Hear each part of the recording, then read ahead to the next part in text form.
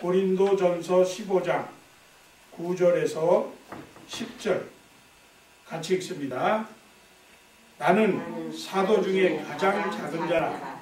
나는 하나님의 교회를 박해하였으므로 사도라 칭함받기를 감당하지 못할 자니라. 그러나 내가 나된 것은 하나님의 은혜로 된 것이니 내게 주신 그의 은혜가 헛되지 아니하여 내가 모든 사도보다 더 많이 수고하였으나 내가 한 것이 아니요 오직 나와 함께 하신 하나님의 은혜로라. 아멘. 세상에 많은 목사들이 있습니다. 한국에 그리고 미국과 전 세계의 한인교회에 수많은 목사와 또 선교사들이 있습니다. 지난해 뉴스엔조이라고 하는 기독교 인터넷 신문 기사를 보니까 한국의 가장 크다고 이야기하는 6개 주요한 교단 가운데 목사들이 계속 늘어나는 것으로 이렇게 통계가 되었습니다. 2015년만 해도 전년을 대비해서 약 2.4%가 늘어난 것으로 이렇게 보고가 되었습니다. 뉴스엔조이 기사에 의하면 2004년 6개 교단의 목회자 총수가 38,486명이었는데 10년 뒤 2014년에는 6만 93명으로 약 36%가 증가했다고 하는 통계가 나왔습니다. 현재도 목사가 되기 위해서 신학대학에서 훈련을 받고 있는 그런 학생들이 엄청나게 많이 있어서 앞으로 그들의 그 진로가 걱정이 되어지는 그런 기사도 있습니다. 이렇게 목사가 많이 배출되다가 보니까 복음 전파를 위해서 교회를 담임하며 섬기면서 봉사하는 그런 목회자들이 많이 있기도 하지만 반면에 목사이긴 하지만 담임 목회는커녕 주일날 설교도 하지 못하고 이름만 목사인 그러한 목사님들도 상당히 많고 이 목사가 직업이 돼서 때로는 싹꿍목자로 사회와 교회에 상당한 문제점으로 지적되고 있는 경우가 있는 것이 솔직한 심정입니다. 오늘 저는 이 설교를 하면서 감히 비교할 수 없는 훌륭한 사도 바울의 그 고백을 통해서 목사 중 한 사람인 나 자신을 돌아보고 나를 향한 하나님의 은혜를 생각하면서 감사를 고백하는 그런 말씀이 되기를 소망합니다. 아울러서 우리 성도님들도 이 바울의 고백을 한번 기억하면서 물론 목사 자신에게 말하는 설교이기도 하지만 성도님들에게도 하나님이 이와 같이 말씀하고 계시다 하는 그러한 심정으로 설교를 듣고 은혜를 받으시면 좋겠습니다. 저는 수많은 목사들 가운데에서 내가 특별히 하나님께 선택되어져서 비록 성도는 없고 연약한 교회이긴 해도 그레이스 라이프 한인교회를 다시금 담임하면서 하나님의 생명으로 회복케 하시는 생명과 구원의 복음 예수 그리스도를 이 강단에서 선포할 수 있는 그러한 특권을 가진 것은 나를 향하신, 나를 사랑하신 전적인 하나님의 은혜인 줄로 믿습니다. 모든 영광을 하나님께 돌려드립니다. 할렐루야. 고린도전서 15장 10절 오늘 말씀에 보니까 그러나 내가 나된 것은 하나님의 은혜로 된 것이니 내게 주신 그의 은혜가 헛되지 아니하여 내가 모든 사도보다 더 많이 수고하였으나 내가 한 것이 아니요 오직 나와 함께 하신 하나님의 은혜로라. 이 하나님의 은혜를 3번이나 거듭해서 한 절에서 말씀하고 있습니다. 바울이 나의 나된 것은 이라고 말한 것은 무슨 의미일까요? 바울 사도는 자신을 이렇게 소개하기도 했습니다. 빌립보서 3장 5절 6절 말씀에 보면 나는 8일 만에 할례를 받고 이스라엘 족속이요 베냐민 지파요 히브리인 중에 히브리인이요 율법으로는 바리새인이요 열심으로는 교회를 박해하고 율법의 의로는 흠이 없는 자다. 바울은 높은 학력의 소유자였습니다. 그는 가말리엘이라고 하는 당시 최고의 석학에게서 배운 제자입니다. 바울은 베냐민 지파의 혈통을 가진 자입니다. 요즘 말로 말하면 성골, 진골이라고 말할 수 있습니다. 그가 고백하기를 이스라엘 베냐민 지파라고 한 것은 하나님께로부터 선택받은 백성 이스라엘 그 중에서도 왕족인 베냐민 지파의 혈통을 타고났다. 그렇게 이야기하는 겁니다. 바울은 당시에 최대의 강국이었던 로마 제국의 시민권을 가진 사람입니다. 그는 그냥 돈 주고 시민권을 산 것이 아니라 태어날 때부터 시민권을 가졌다고 이야기한 것으로 볼 때 사회적으로 또 경제적으로 그리고 정치적으로 상당한 지위가 있었던 그런 가문의 사람이었다 하는 것을 알 수 있습니다. 모든 길은 노마로 통한다고 말하듯이 당시 로마 제국의 그 용성함과 그 강력한 그 위력은 누구도 따라갈 수 없을 만큼 엄청난 나라였습니다. 지금 우리가 이곳에 살고 있는 미국과 비교해서 생각하면 이 우리의 그 미국 시민권은 엄청난 위력을 발휘하고 있잖아요. 뿐만 아니라 바울은 율법에 아주 능통한 사람이었습니다. 바리새파 사람이라고 본인이 말하고 율법의 의로 흠이 없이 율법을 아주 신봉했던 그러한 히브리 율법학자였습니다. 이처럼 바울은 세상적으로 말할 때 부족한 것이 하나도 없는 사람입니다. 얼마나 멋진 인생을 사는 사람이었습니까? 그러나 다메섹에서 부활하신 예수님을 만난 후부터 이러한 자기 자신의 모습이 아무것도 아니라는 것을 알게 되었습니다. 그래서 그는 계속해서 이렇게 고백을 합니다. 빌립보 3장 7절에서 8절 말씀에 그러나 무엇이든지 내게 유익가 되는 것을 내가 그리스도를 위하여 다 해로 여길 뿐더러 또한 모든 것을 해로 여김은 내 주 그리스도 예수를 아는 지식이 가장 고상하기 때문이라. 내가 그를 위하여 모든 것을 잃어버리고 배설물로 여김은 그리스도를 얻고 바울 자신은 부활하신 예수를 만난 그 후로 자신의 세상적 조건들을 배설물과 같은 것이다. 그렇게 표현을 했습니다. 자기의 잘난 모든 가문과 학문과 그 사회적 지위와 그런 모든 것들이 다 배설물과 같다. 배설물이라고 하는 이 뜻은 쓰레기다, 오물이다 그런 뜻이고 정확한 표현은 원어적으로 똥이라는 뜻입니다.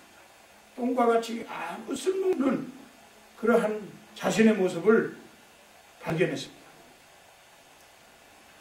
우리가 오늘 본문 8절을 읽지 않았지만 8절 말씀에도 보면 맨 나중에 만삭되지 못하여 난자 같은 내게도 보이셨는가.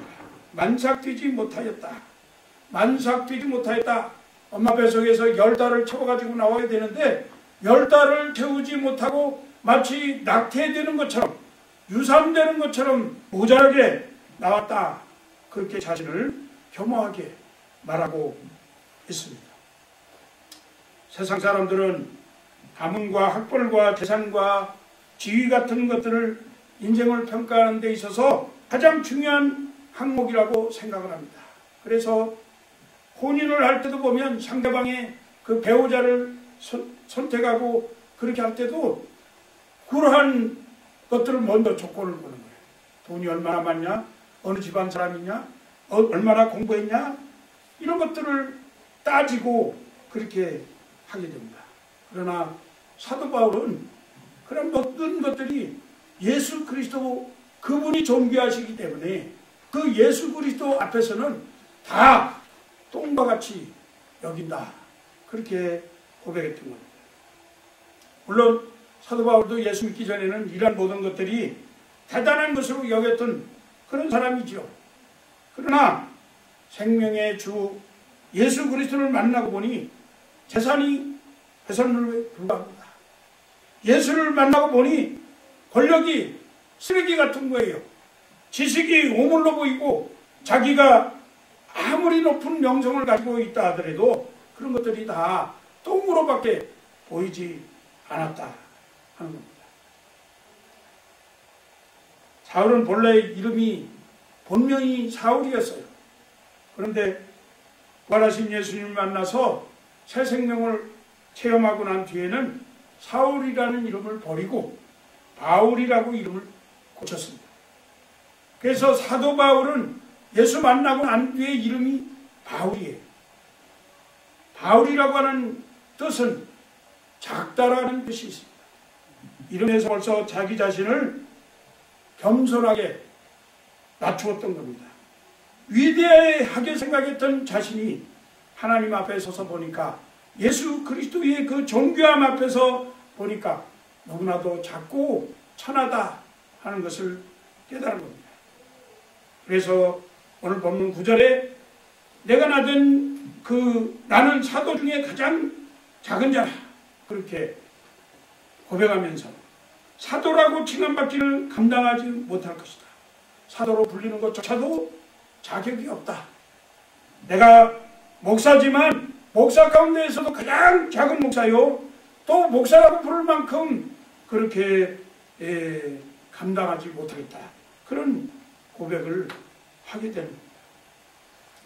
사랑하는 성도 여러분, 위대하신 창조주 하나님 앞에서 정직하게 자신을 한번 돌아보시기 바랍니다. 지난 세월 얼마나 잘나게 생각하고 살았습니까? 얼마나 내가 부자라고 생각하면서 얼마나 가문이 훌륭하다고 생각하면서 그렇게 살았습니까? 혹시 남들이 갖지 못한 좋은 조건과 환경, 부와 명성, 학벌과 외모 그런 것 때문에 교만하게 생각하면서 살지는 않았습니까? 이 모든 것들이 사실은 부끄러운 일입니다. 하나님의 은혜를 체험하고 생명의 주 안에서 거듭난 눈으로 세상을 바라보면 그렇게 크게 보였던 세상이 자기의 인생이 하나님 앞에서는 너무나 작고 초라하다 하는 것을 깨닫게 됩니다.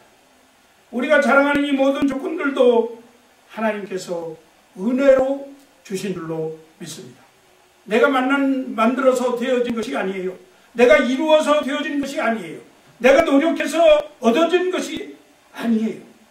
심지어는 내가 예수 그리스도를 구주로 믿게 된 것도 회복과 위로를 하게 하시는 성령의 역사로 되어진 줄로 믿습니다.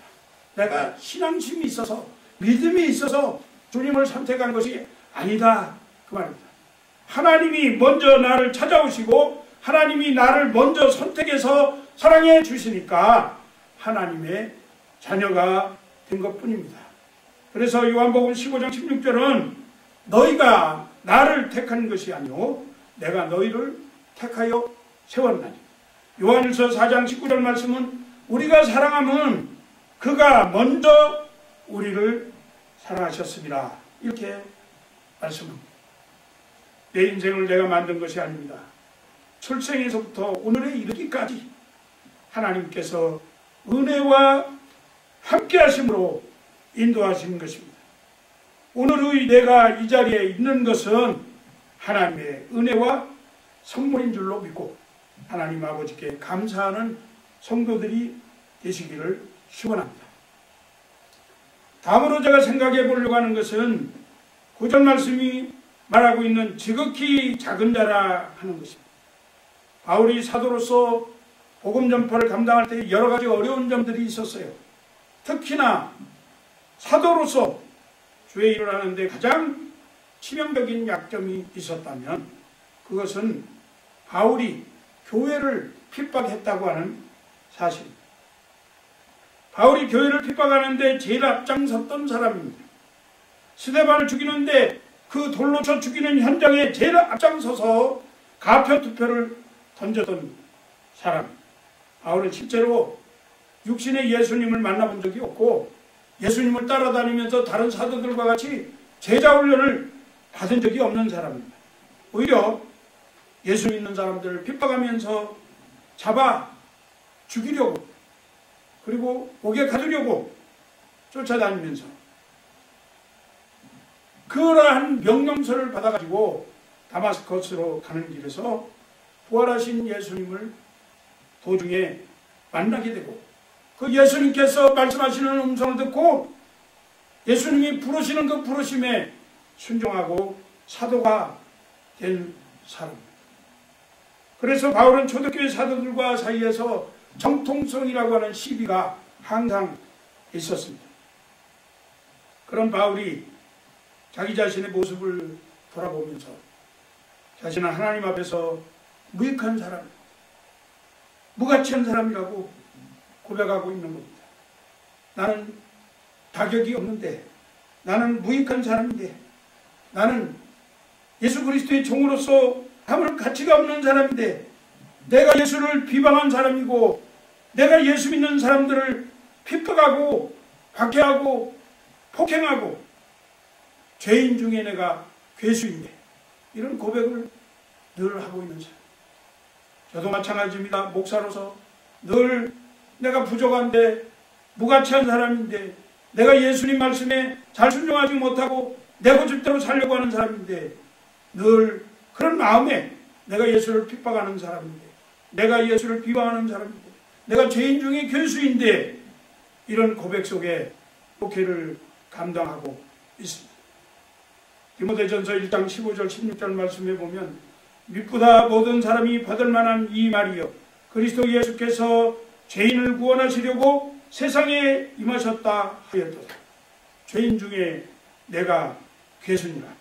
그러나 내가 공유를 입은 까닭은 예수 그리스도께서 내게 먼저 일체 오래 참으심을 보이사 그의 주를 믿어 영생 얻는 자들에게 본이 되게 하려 하심이라.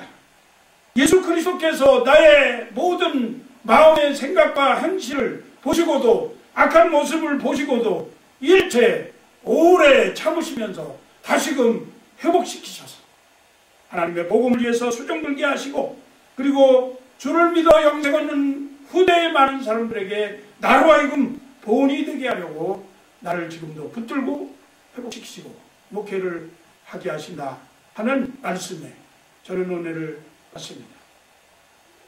오늘 우리가 부른 찬송가 310장은 19세기 말에 위대한 전도자였던 드와이트 무디와 함께 전도집회로 활약했던 다니엘 웹스터 휘틀이라고 하는 사람이 디모데전 후서 1장 12절 말씀 이를 인하여 내가 또 이 고난을 받되 부끄러워하지 아니함 나의 의뢰한 자를 내가 알고 또한 나의 의탁한 것을 그날까지 저가 능히 지키실 줄을 확신함이라. 이 말씀을 읽고 그 말씀을 깨닫고 감동을 받아서 찬송가를 썼습니다. 아 하나님의 은혜로 있을 데 없는 자 왜 구속하여 주는지 난 알 수 없도다. 왜 내게 굳센 믿음과 또 복음 주셔서 내 마음이 항상 편한지 난 알 수 없도다. 왜 내게 성령 주셔서 내 마음을 감동해 주 예수 믿게 하는지 난 알 수 없도다. 주 언제 강림하실지 혹밤에 혹낮에 또 주님 만날 그것도 난 알 수 없도다. 내가 믿고 또 의지하면 내 모든 형편을 잘 아시는 주님 늘 돌보아 주실 것을 나는 확실히 아네. 하나님의 은혜를 체험한 사람들이 공통적으로 고백하는 말은 나는 아무 쓸모없는 사람이다 하는 것입니다. 그래서 히틀도 자기 자신을 이 쓸데없는 자라고 고백을 했습니다. 사람들에게는 자존심이라는 것이 있죠. 자존심이 있어야 한다고 또 말들을 합니다. 그런데 이상하게도 하나님의 은혜를 깨닫고 나면은 자존심이 없어지고 나는 뭐 쓸데없는 사람이라고 고백하는 줄로 있습니다. 그런 의미에서 우리는 세상 사람들과 구별됩니다. 세상 사람들은 자존심을 가져야 한다고 말하지만 은혜를 깨달은 성도는 자존심을 버려야 한다고 생각합니다. 세상 사람들은 인정받고 싶어 하지만 하나님의 은혜가 무엇인지 아는 성도는 인정받는 일에 마음을 쓰지 않습니다. 세상 사람들은 자신을 중요한 존재로 여기지만 은혜를 받은 성도는 더 이상 자신을 중요하게 생각하지 않습니다. 세상 사람들은 어디를 가든지 내가 앉을 자리가 어디인가 하는 것을 신경 쓰고 높은 자리를 앉으려고 하지만 하나님의 은혜를 체험한 성도는 그런 것에 마음을 쓰지 않고 처음부터 맨 끝자리 낮은 자리에 가서 앉습니다. 세상 사람들은 사람들에게 칭찬을 받고 싶어 하지만 하나님의 은혜로 회복된 성도는 하나님께 기쁨이 되고 또 하나님께 상 받기를 소원합니다. 저와 여러분은 어떻습니까? 이와 같은 은혜가 있기를 간절히 소원합니다. 또 생각해 볼 것은 하나님의 은혜 속에서 사는 성도는 그 삶에서 증거가 나타난다고 하는 것입니다. 은혜 받은 자는 반드시 증거가 있습니다. 증거가 없는 은혜는 헛된 은혜입니다. 그러나 하나님의 은혜는 결코 헛되지 않습니다. 왜냐하면 하나님의 부르심과 은사는 후회하심이 없다고 말씀하셨기 때문에 하나님의 은혜는 누구든지 깨닫는 날부터 언제 어디서든지 풍성한 열매를 맺어서 자라게 되어 있습니다. 하나님의 은혜의 증거를 오늘 말씀을 통해서 살펴보면 첫째는 겸손하다. 8절 말씀에 나는 사도 중에 지극히 작은 자라 사도라 칭함을 받기에 감당치 못할 자라고 사도 바울은 고백했는데 이 사도 바울이 그렇게 작은 사람이 아니잖아요. 신약 성경의 3분의 2 이상을 기록한 아주 위대한 성경학자입니다. 또 사도행전 9장 이후로부터 마지막 28장까지 사도 바울의 일대기가 선교 역사가 기록이 되어 있습니다. 이처럼 사도 바울이 교회 역사에 있어서 엄청나게 중요한 역할을 했던 위대한 사도입니다. 그러나 그런 사도가 자기 자신을 통해 나타난 능력과 영광을 오직 하나님께만 돌려드리고 교회를 박해한 자신의 죄와 허물을 기억하고 그럼에도 불구하고 용서하시고 사도로 택하여서 주신 하나님의 은혜만을 나타내며 겸손하게 고백하고 있는 겁니다. 자신의 연약함, 부족함, 이 죄인 되었던 것을 기억함과 동시에 또 하나님의 은혜를 항상 기억하면서 오직 주님의 은혜만 자랑할 뿐입니다. 두 번째 증거는 오직 나와 함께 하신 하나님의 은혜라고 말하고 있습니다. 만 가지 은혜를 받았으니 내 평생 슬프나 즐거우나 이 몸을 온전히 주님께 바쳐서 주님만 위하여 늘 살겠네. 우리가 하나님께 받은 만 가지 은혜가 무엇입니까? 하나님께 받은 만 가지 은혜는 나를 죄악 가운데서 구원하신 은혜인 줄로 믿습니다. 우리는 아담의 범죄 이후로 이미 죽었던 사람들입니다. 그런 우리를 그 죽음의 죄에서 건져서 생명으로 옮기신 구원의 은혜를 우리가 받아 누리고 있습니다. 우리가 그 은혜를 받을 만한 자격이 있습니까? 전혀 없어요.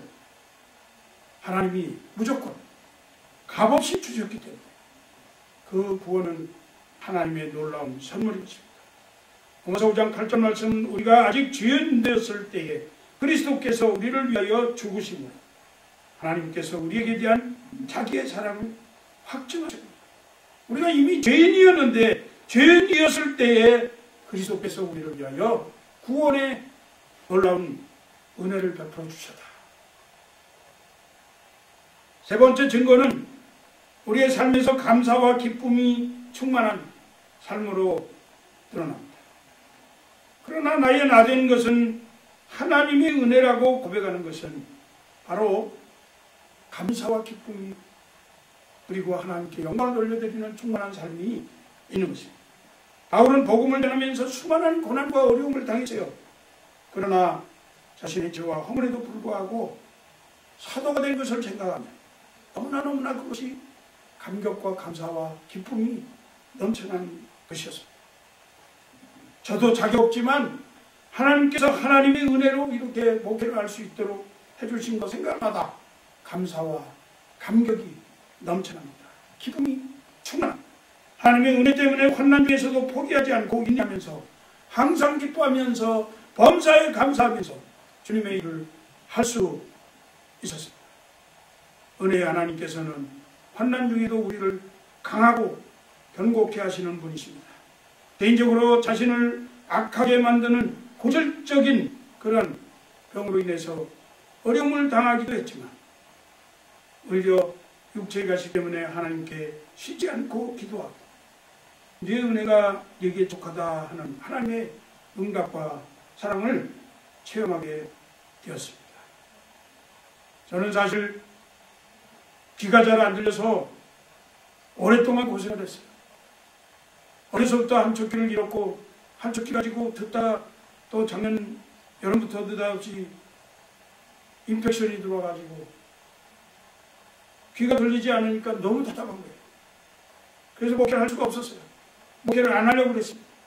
그래서 문을 닫으려고도 고민을 많이 했어요. 근데 하나님께서 여러 가지 은혜를 베푸셨어요.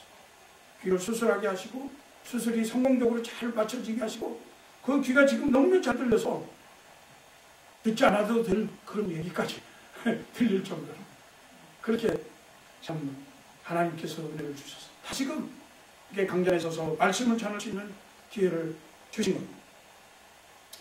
네 번째, 은혜 받은 자의 증거가 무엇이냐? 비전과 목표가 있어야 하는 겁니다.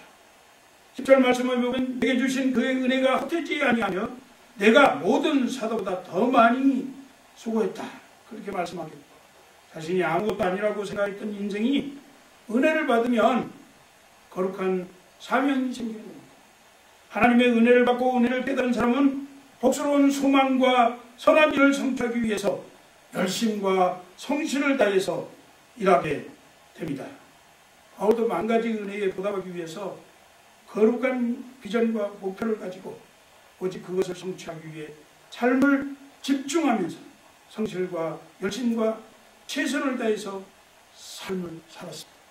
그는 복음을 전하기 위해서 온갖 고통을 당하면서도 또 물질적으로 어려운 지경을 겪으면서도 돈이 떨어지면 장막을 짓는 일을 해가면서 그렇게 하나님의 말씀 보고 전하는 일에 자기의 모든 생애를 투자하고 집중해서 했던 것을 보게 됩니다. 저는 감사한 것은 제가 한국 다녀와서 지난 10월 달부터 풀타임으로 일을 하게 됐습니다.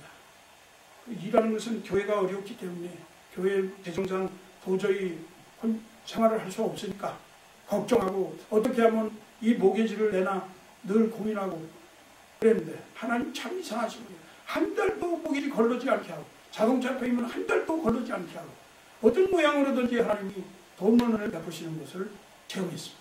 그래서 10월부터는 일주일 월요일부터 금요일까지 아침 8시부터 오후 4시 반까지 목회하라고 저녁 시간은 또 일찍 끝나 와서 참 일을 하면서 물론 일이 좀 힘든 일이긴 하지만 그래도 즐거움으로 이 목회를 위해서 하나님이 주신 일이니까 감사함으로 감당하면서 하고 있습니다. 사도 바울이 다른 모든 사람들보다 더 많이 수고를 할 수 있었던 것은 하나님의 은혜로 말미암아 품게 된 세계 선교와 복음 전파의 꿈이 있었기 때문에 그렇습니다. 모든 족속으로 제자를 삼고 온 천하에 다니면서 복음 전하겠다고 하는 그런 비전과 목표가 있었기 때문입니다. 저는 오늘 이러한 비전과 목표가 저에게도 있기를 소망하고 우리 성도님들에게도 있기를 소망합니다. 하나님께서 주신 모든 것, 그것을 은혜라고 말하는데 은혜를 헬라어로 카리스라고, 카리스는 하나님께로부터 받은 것이에요. 카리스에서 파생된 단어가 카리스마라고 하는, 우리가 말을 많이 하는 카리스마. 저 사람 카리스마가 있어, 지도력이 있는 것 같아, 아주 그런 얘기를 많이 하잖아요. 그 카리스마가 바로 은사를 말하는 은사, 선물, 하나님이 주신 선물. 은사, 재능, 물질, 정력, 심지어 생명까지도 투자하고 헌신할 수 있는 그런 비전과 목표가 우리에게 있어야 합니다. 하나님의 은혜 없이는 장래의 소망이 없고 은혜와 사명이 없이는 열심과 성실과 최선을 다할 수 있는 강력한 힘이 생길 수가 없는 거예요. 하나님의 은혜는 이렇게 아름답고 중요한 것입니다. 이제 말씀을 맺겠습니다. 여러분, 나의 나된 것은 하나님의 은혜입니다. 내가 지금 이 자리에 앉아있는 것도 하나님의 은혜입니다. 만삭되지 못한 것 같이 부족해도 모자라도 가난해도 하나님이 사랑하사 하나님의 자녀로 일꾼으로 뽑으셔서 우리에게 귀한 사명을 맡겨주셨으니 이 모든 것들이 다 하나님의 은혜입니다. 바울은 그래서 이렇게 고백했어요. 20장 24절 말씀을 보니까 내가 달려갈 길과 주 예수께 받은 사명 곧 하나님의 은혜의 복음을 증언하는 일을 마치려 하면 나의 생명조차 조금 더 귀한 것으로 여기지 아니하노라. 일사각오하면서 하나님의 은혜의 복음을 증언하는 일을 마치려고 그렇게 다짐했습니다. 사도 바울의 고백과 같이 지극히 작은 자로서 하나님의 능력과 은혜를 힘입고 일사각오하는 심정으로 큰 사명을 넉넉히 감당하시어서 하나님께 기쁨과 감사로 영광 돌리는 사랑하는 성도님들 되시기를 주의 이름으로 간절히 축복합니다.